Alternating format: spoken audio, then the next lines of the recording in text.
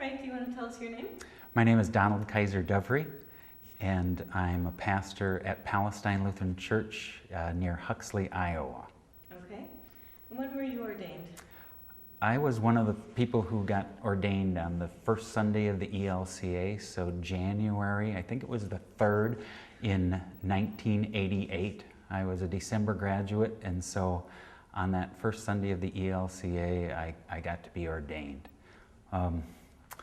What I remember about the Sunday is, you set up and try to get everything figured out and how everything is going to work, and I was able to be ordained in my home congregation, which is a small congregation called Bethel Lutheran Church in Porter, Minnesota.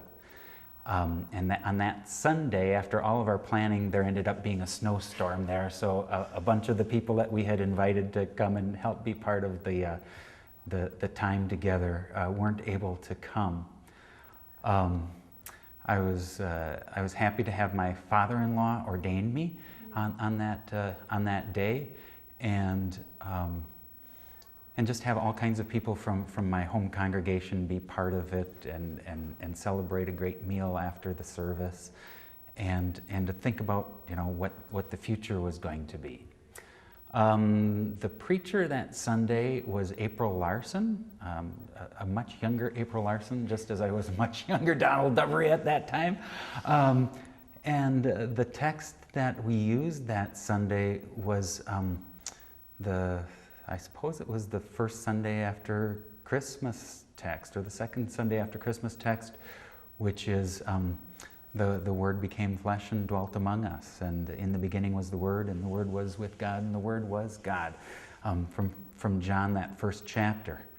And the thing that she talked about, I think that kind of marked the ministry that was really helpful for me, was that whole idea of incarnation, and that ministry isn't just about doing programs, ministry isn't just about doing things right, but to actually be a person who's flesh and blood in the presence of other people. And I think that especially because I've done a lot of work in rural congregations, that is an important part of the ministry that I do, is that I am a flesh and blood person right there. I guess you could say it's God work in our hands. I suppose you could go that far when you said that, that we are God's hands, we're God's flesh doing that.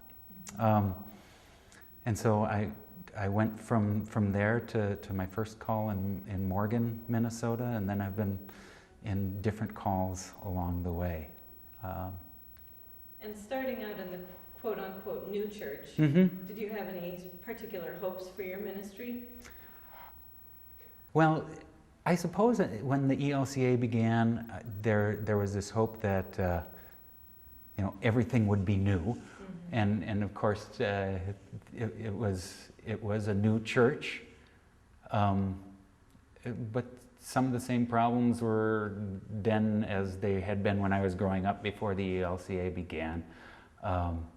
Some of the hopes, or that I wished sometimes that I could have been more there for more different people, mm-hmm. and there are all kinds of disappointments along the way that I had, and yet at the same time, there were times when, in spite of those disappointments, there were people around who were the body of Christ for me, to help lift me up in times when I was having really difficult times. And so, I guess the Word became flesh and dwelt among us. It wasn't just about me dwelling among, but other people were God's hands for me too, and that's a really important part of the church, I think. We're broken people. We're people who don't sing all of the Alleluias right. And I felt that as part of my ministry, and maybe that's part of my ministry that I hope is most clear, is that God's been there for me. And I guess maybe that's the hope that I have, is that everybody could hear that same kind of message that I've been able to hear from other people, and that I've been able to read about in the Bible, and that I've been able to sing about in the worship services. Great. So, Do you have any specific stories you want to tell about someone being present for you? when I was in my third call, I worked at Wartburg Seminary, and while I was there, I went through a divorce. And one of the biggest struggles you have when you go through a divorce is I felt like the bent over woman who just couldn't ever lift themselves up again, because I felt so depressed, so overwhelmed by failure and inability to keep promises. And being at a seminary where I got to hear preaching every day of the week, you'd get to hear that good news spoken to you so clearly that I could be lifted up again and again and again. The other part that was good about it was when you go through a divorce and you think your spouse is always in the wrong, and I had this kind of self-righteous idea that, you know, I was trying to be true and I was trying to be strong, and at the same time you hear those sermons day after day, and you hear them come to you as law, saying, you know, don't think of yourself as greater than the other. So those people who were the preachers, the faculty who were there, the students who were there trying to learn how to lead worship service, they all spoke to me. That community surrounded me and helped me out in ways that I'm so thankful for, and helped me to sing the Alleluias in a better way. All right, I have another question for Yeah. you. Going back to your ordination, your first call was pretty much right after that. Mm-hmm. Did you have any challenges in the congregation with the merger? Was there any lingering tension there?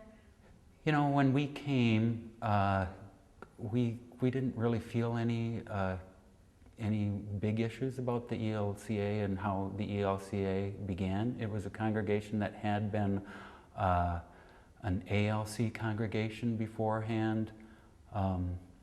The new bishop who was there was an old ALC bishop. He became president of one of our seminaries. Daryl Beekman did a great job bringing together all of the different places. The next bishop after that was an old LCA person. I don't think that there was any conflict and in that area of Minnesota. You know, the mixing together of the old ALC and the old LCA was pretty easy. The old AELC, I think there might have been one or two in the whole synod, so there wasn't much talk of that, I guess. I remember because my uncle was on the commission of 70 for the beginning of the ELCA, and I remember him saying to me, whenever talking about the church and how the church is going to be and what the church is being and is supposed to be, and you're being questioned about something, say less rather than more, because most people just want to hear assurance that God is the one who's in charge of the church. And if you talk too much about, well, this is the way that it will be, and this is the way it has been, and this is what could happen, instead of just say, you know, trust that God will be with us and God will see us through all this. That's the most important thing that you can do. All right. Well, thank you very much. Okay.